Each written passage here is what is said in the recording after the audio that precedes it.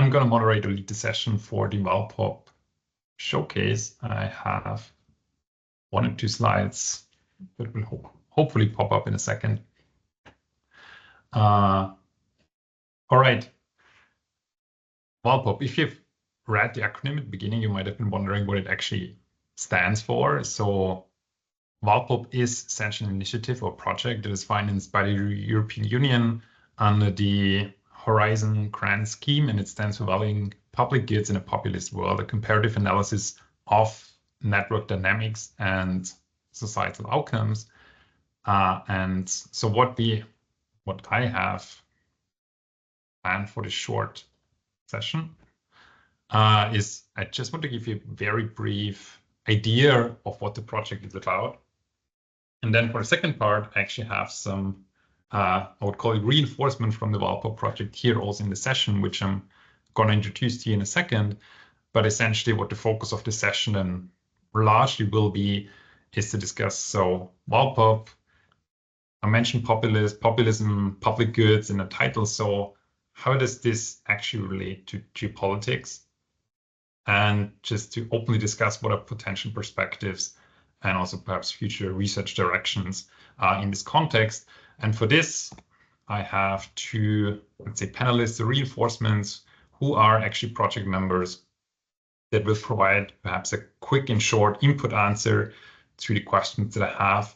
And then I would just open the floor for thorough discussion related to these topics. So VALPOP project, very briefly, coordinated by the University of Innsbruck with other project partners.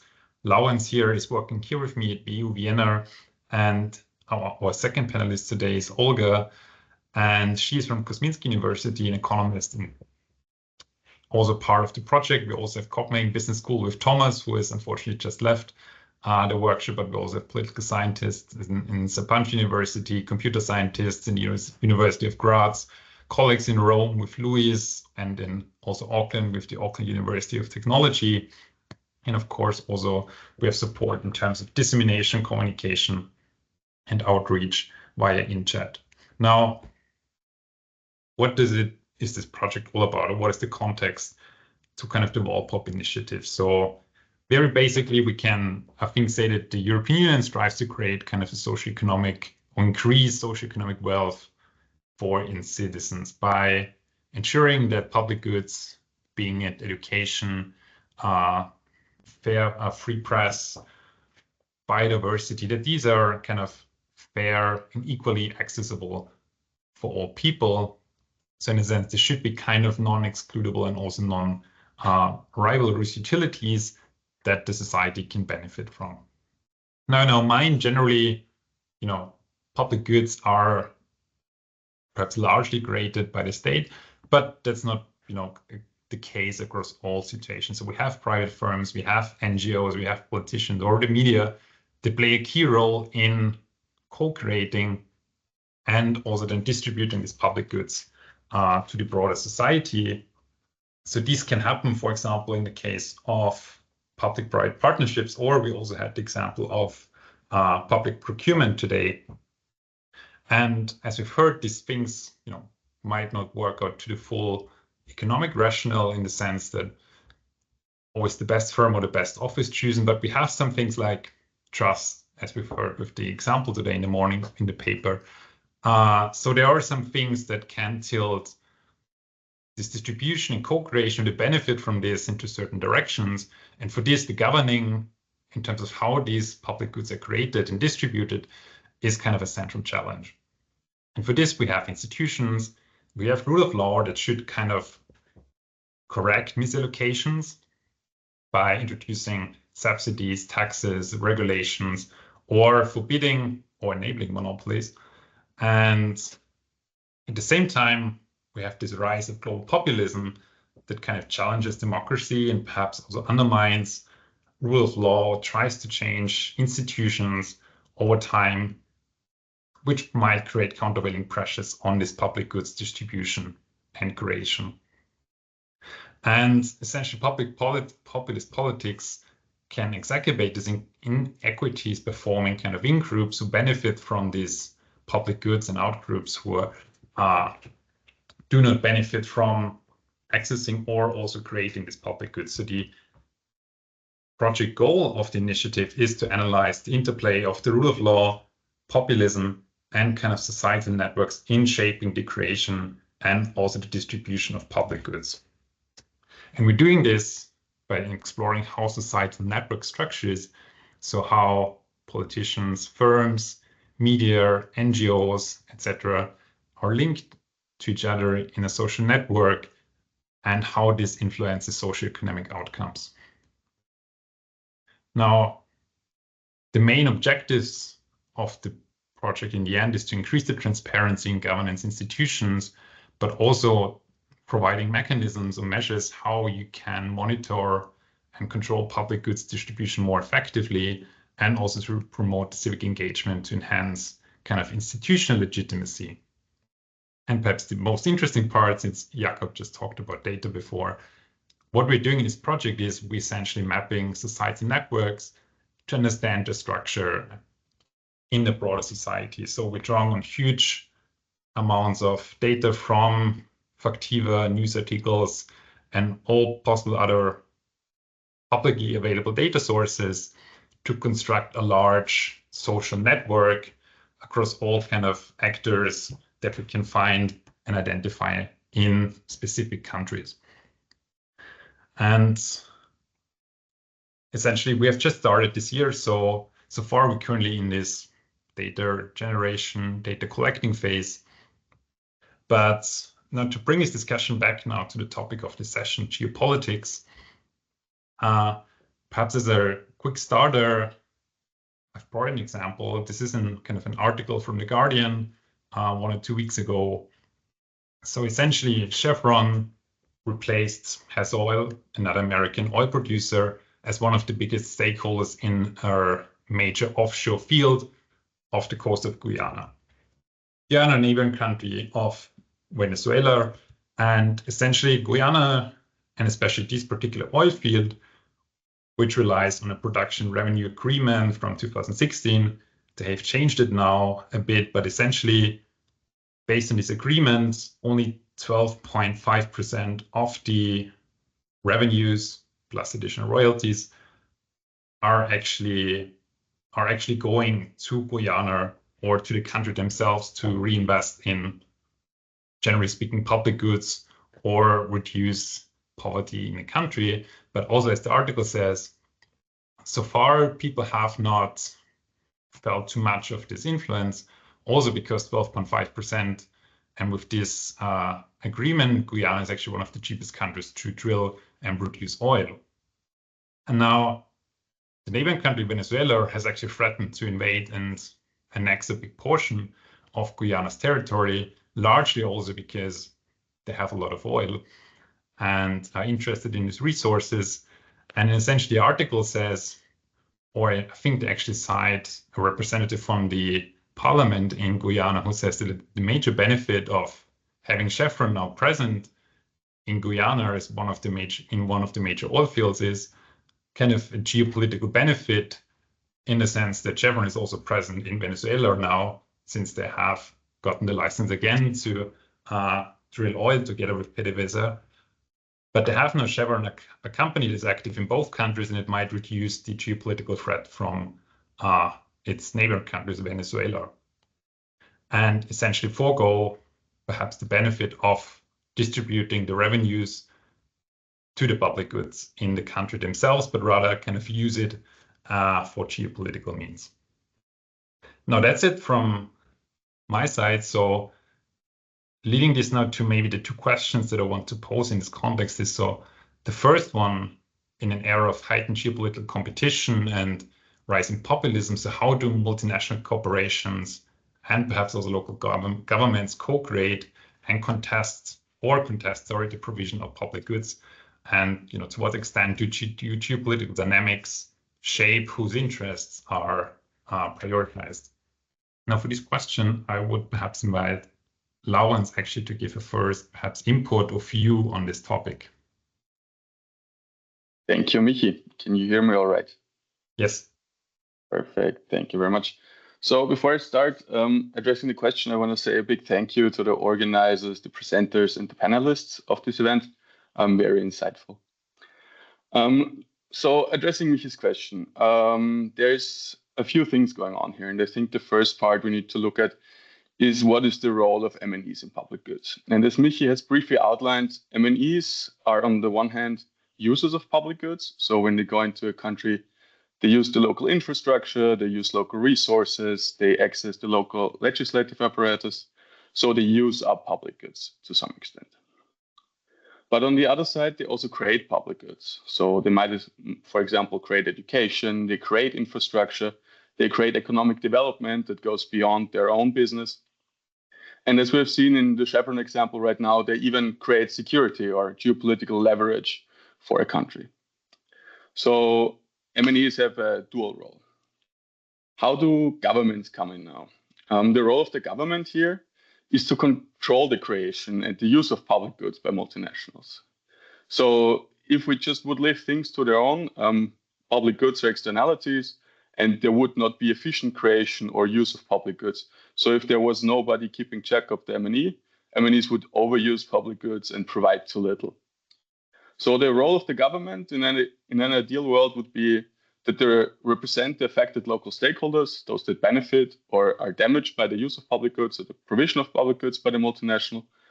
And this generally works, and our research shows that this to some extent happens at least in foreign direct investments.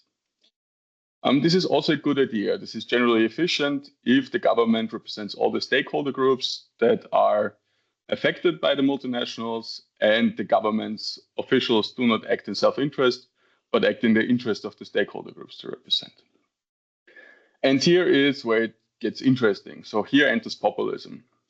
Populism has two distinct or important features here that make it or change a lot of the things in this context. So for example, populist leaders usually restrict the number of stakeholders they consider legitimate. Take, for example, Donald Trump or the Hungarian prime minister. They restrict the legitimate stakeholders to the true American, to the true Hungarian. So they make the group of stakeholders they include smaller. Also, since they're often seen as the representation of the people's will, there is often a difficulty in separating the public from the private, from the leader of populist movements. So this is what we expect this would lead to. Under populist governments, the use and creation of public goods through multinationals becomes less efficient because certain groups are excluded from the consideration into their representation by the government. So the harms they endure are not priced in, and also the benefits they gain are not priced in. So on both sides, there's too little creation and too much use of public goods. Also, government officials can extract rents if they're not acting in the public interest, but in self-interest. So they can, instead of giving access to or like reimbursing people that are harmed by the overuse of public goods, they could put this into their own pocket. A classical example here would be, for example, taking a bribe for ignoring environmental regulations. The costs are externalized to some stakeholders that the government official does not consider legitimate, and they themselves get a benefit. So this would be our theory now, and this is something that we really want to do with the VALPOP project. By mapping societal stakeholders and their connections, we want to understand how the use of public goods and the creation of public goods, who benefits from this, who is damaged by this, and who controls who gets to use or create public goods, and who gets reimbursed for this. Now, populism is the one trend, but since we have a workshop on geopolitics, we probably want to look at this as well. And geopolitics makes things even more complicated in this context. As we've heard today, in geopolitical contexts, instead that firms and local stakeholders just seek to improve their own benefits and do not care too much about how much the other side benefits. Now they do care about if the Chinese company investing gets access to critical informations, or if the US company investing in China has to leave some important intellectual property there for the right to access the country. So it not only becomes about who benefits and if everybody gets to benefit, but it gets bad if other sides benefit as well. And overall, it's probably quite intuitive that this will lead to not very efficient outcomes, and this will be destructive overall. But what is a lot harder to think about is how this damage is going to be distributed globally. So who stands to benefit from this and who will be damaged by this? So, for example, we have some companies that benefit. The example of Chevron again here comes to mind, who clearly benefits from the geopolitical tension between Venezuela and Guyana. Here again, I think we're at the very early stage. I don't think IB theory gives us a lot of things to come back to answer those questions, but I think they become very interesting and are very interesting, especially in the current context. And I think this is something we also want to work towards with the VALPOP project. I think I'm going to stop here, and I'm happy to answer any questions, or are we doing this later, Michi? Yes, no, we can do this right now. Thank you, Laurenz. I think Jakob had his hands up. You're muted. You're still muted. The way you introduced VALPOP was a lot about how multinationals and governments bargain for public goods or control public goods or co-create public goods.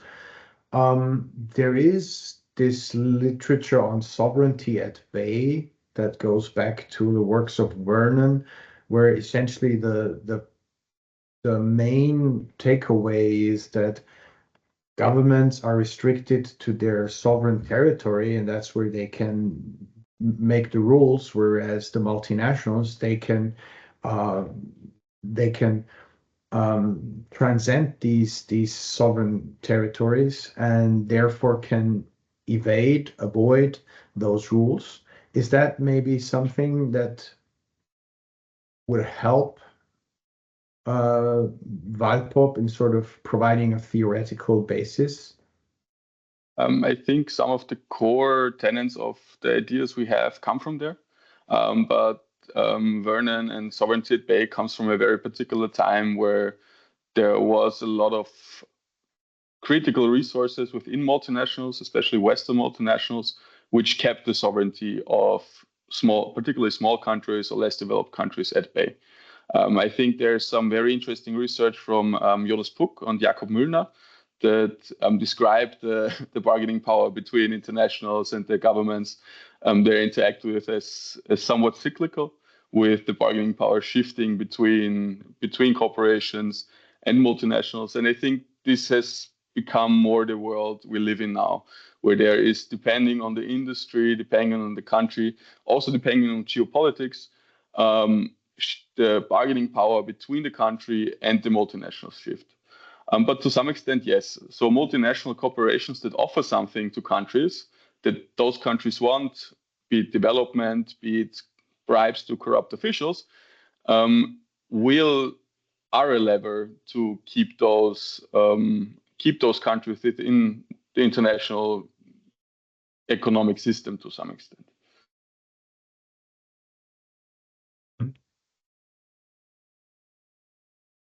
All right. Then I would maybe move to the second question in terms of, so how do perhaps shifts in geopolitics and the strength or perhaps the erosion of rule of law in countries kind of affect the equitable distribution of public goods within countries, and does populism amplify or mitigate these effects? So essentially arguing we have the phenomenon of geopolitics and populism. Are there different things of the same kind, or is the one reinforcing the other? And for this, I would actually give the first answer to this to Olga. Thank you very much. Thank you very much for inviting me to be here at this workshop. And to give a short answer to this question is, I think that both are reinforcing each other, so geopolitics and populism. But to give a more developed answer, I would like to raise 3 main points. So the first point I would like to make is that there is this tendency to use geopolitical cover for discriminatory distribution of public goods on the side of populists. So when the rule of law in a country is weakened, then those geopolitical narratives, they become very powerful tools in the hands of populists for justifying unequal access to public goods and different services. And we see this pattern repeatedly because leaders in many countries, whether in Europe or Americas, they use those external threats or the so-called sovereignty claims to channel resources to some loyal constituencies, and at the same time, they marginalize the opposition areas. And to name just a few examples, for example, in Europe, it's Orban in Hungary. He uses EU relations to justify the selective municipal funding in the country, while outside of EU, we can think of, for example, Turkey and Erdogan with his policies that frame public service cuts as some kind of resistance to Western interference. And the key insight is that geopolitics doesn't just affect international relations nowadays. It provides now the domestic political cover for some kind of a discriminatory governance. And of course, this is used by the populists, and for them, this is the best grounds possible. The second point that I would like to raise is that populism, it amplifies the discriminatory distribution of public goods through these sovereignty framing. This is what Laurenz touched upon in his answer to his question. But basically, what happens is that populist leaders, they don't mitigate the market distortions to make the provision of public goods more equitable. Instead, they amplify them by reframing inequality as patriotism. And now, in this framework, for example, energy subsidies, they become some kind of sovereignty assertions, or, for example, healthcare access becomes protection of real citizens against all of the rest, the migrants, etc., other groups of people in the country. Educational funding, for example, becomes defense against the so-called cultural, again, imperialism, etc., etc. And so these all creates what I call the sovereignty trap, when those legal frameworks are just bent to serve the narratives of the nationalists, and citizens in the consequence, they receive inferior public goods, while at the same time the leaders claim to protect the national interests. And the best example of this may be Venezuela and the medicine shortages that happened in the country when Maduro and his government, they claimed that this is the direct result of the US sanctions, hence portraying the US as the enemy, the worst of the worst, while in fact this shortage was caused by the failure of his policies and the policies of his government. So, you know, that's how the populists use this sovereignty framing to make market distortions even worse.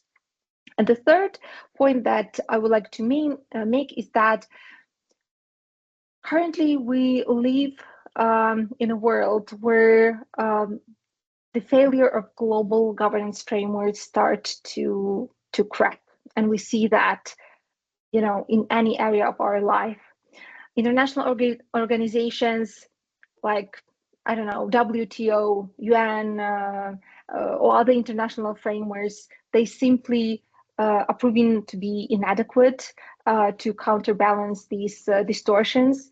And what is worse is that populist leaders, they successfully delegitimize the compliance with those international standards, and they claim that those standards are just, foreign interference, and they are the enemy, and they're turning these global governance practices into a political liability. At the same time, I wanted to touch a little bit on the discussion started by Laurenz and Jakob about the role of multinational corporations in all of these. And very often multinational corporations, they adapt to the country's politics. And if this country is populist, then they adapt to the populist rhetoric, to populist governance. And by aligning with these government narratives in a populist country, rather than championing equitable access to public goods, they are not helping. And what happens as a result is a breakdown in those mechanisms that traditionally supported the rule of law and equitable distribution of public goods, and this framework simply doesn't work anymore. So the bottom line is that we're currently witnessing very dangerous convergence where this geopolitical pressure weakened institutions in many countries, and this populist ideology, it creates this perfect storm for weaponizing public goods distribution. And what is worse is that our current governance frameworks are inadequate to address this challenge. And I think this is something that the results of the VALPOP project can help us understand and help us create probably new frameworks or suggest possible ways out of this trap that we are living in. And I think I will stop here. Thank you. All right, thank you very much. Olga, I would maybe open the floor for 1 or 2 comments. Jakob? Thanks, Olga. That was really, really great. I think an entirely novel perspective to the workshop, sort of geopolitics as an excuse for within country exclusion, if I got that right, and sort of framing this as a justification for inequality as patriotism. I think that's really interesting because it kind of brings geopolitics then into the national politics sphere. And since the whole workshop is about the role of the MNE in that, where do you see the role of the MNE in this within country? Populists use geopolitics as an excuse for their own political agenda within. Where is the MNE in that? Yes, thank you, Jakob. You got it exactly right. My main point is that geopolitics is no longer just international arena, but rather it affects the national policies a lot. And what is worse, it affects the unequal distribution of the public goods. In terms of the role of MNEs, I think that MNEs are currently in a very tough situation because on one hand, to do business in many countries, they have to adjust to the rules in that countries and to the populist policies. On the other hand, they are indeed the agents that can affect the world, geopolitics and make some change.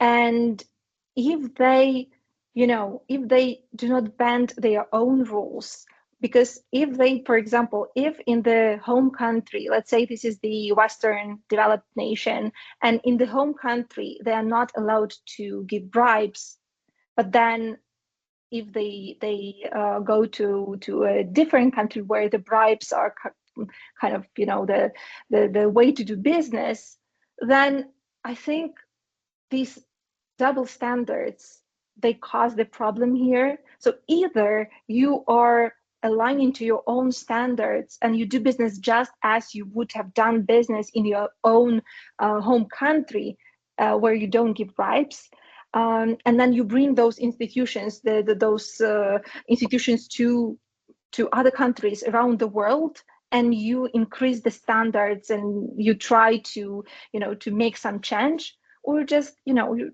just kind of, you're not a global player anymore, because basically you are just adjusting. You are not, you don't have your own will. You are just aligning to whatever the current geopolitical or current political situation in those host countries are. So I see here the huge potential for these kind of like, moral standards being brought up to light by the MNEs.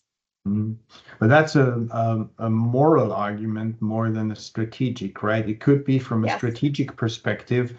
You could say that just sitting in, doing nothing, acting as if you were a passive observer is a strategy. Yes, but then again, I think currently the world needs those moral leaders. And I think many problems geopolitically and nationally can be solved when we have those moral standards back. I think they are disappearing very much from our agendas. Thank you. Love that. Thank you. Thank you. All right, I think Anna appears on the screen, which means we're towards the end of the VALPOP session. So I might just sum it up in 1 or 2 sentences before I think we go into a break. Anna, correct me if I'm wrong, but I think we had a very interesting discussion with a lot of perspectives. So if I summarize it, Laurenz talked a lot about the efficiency in his allocation between MNCs, the state, and the public goods. So what is the most efficient distribution of kind of the value that is created? And I see also a lot of potential for research there, just thinking about public-private partnerships, which so far in the IB strategy domain is mostly considered, if we have foreign sponsors, they're there because they have more knowledge or capabilities and does the job better and more efficient. But there is essentially no discussion about how so far about geopolitics or perhaps also inter-country relationships affect this distribution. At the same time, then Olga talked about a lot. So how can actually populism or populist leaders kind of use the sovereignty framing or geopolitical tensions to actually channel resources to particular in-groups to frame their domestic politics in a certain way. So I hope this VALPOP session gave a perspective in terms of how geopolitics also has an influence or can influence domestic politics or populism in a country. And so, yeah, I mean, we have just started with this initiative or with this project. There's much more to come, and we also plan to take this discussion to the broader stage in a lot of conferences or other workshops and events. So stay tuned for what's about to come. And yeah, that's it from our side. Thank you very much.